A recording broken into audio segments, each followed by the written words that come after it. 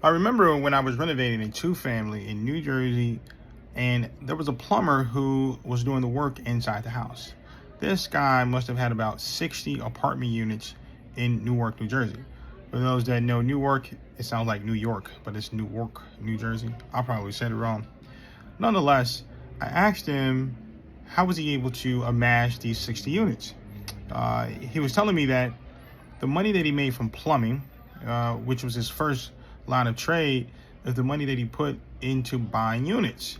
And so he got to a point where not only was he buying them and renting them out, but he was also developing. So he would buy, let's say, a plot of land.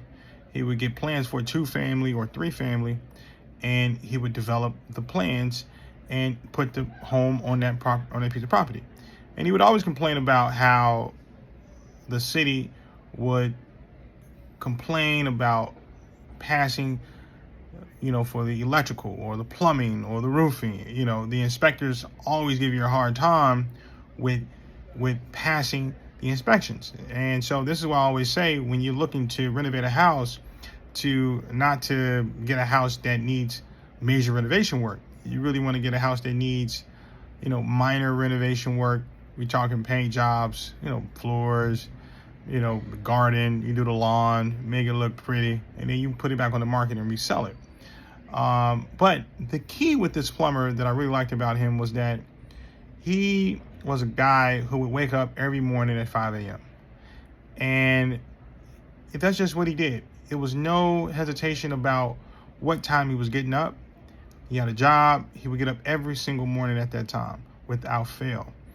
And I believe that's his greatest secret into being able to amass those 60 units.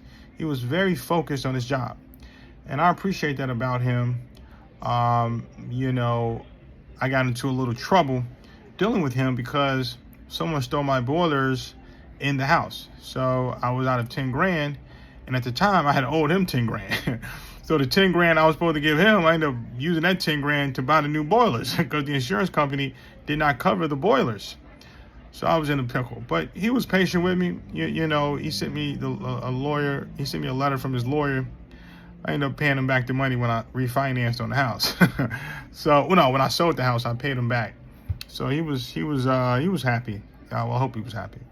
But I say all that to say that, whatever job you have, whatever field you're in, you can buy slowly.